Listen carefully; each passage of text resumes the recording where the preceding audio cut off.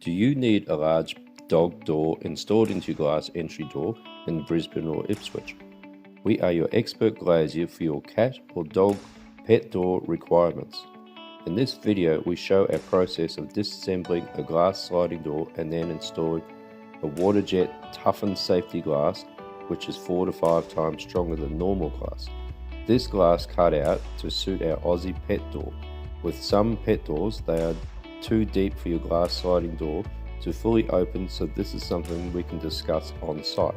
And in this case, we place a door stop so the glass door does not hit the pet door and possibly break the glass. We are a QBCC licensed pet door installer with over 200 5-star Google reviews and guarantee all of our workmanship and have been established since 2005. So if you require a pet door, search Glass Guru Pet Door Installation. We hope you have enjoyed our video.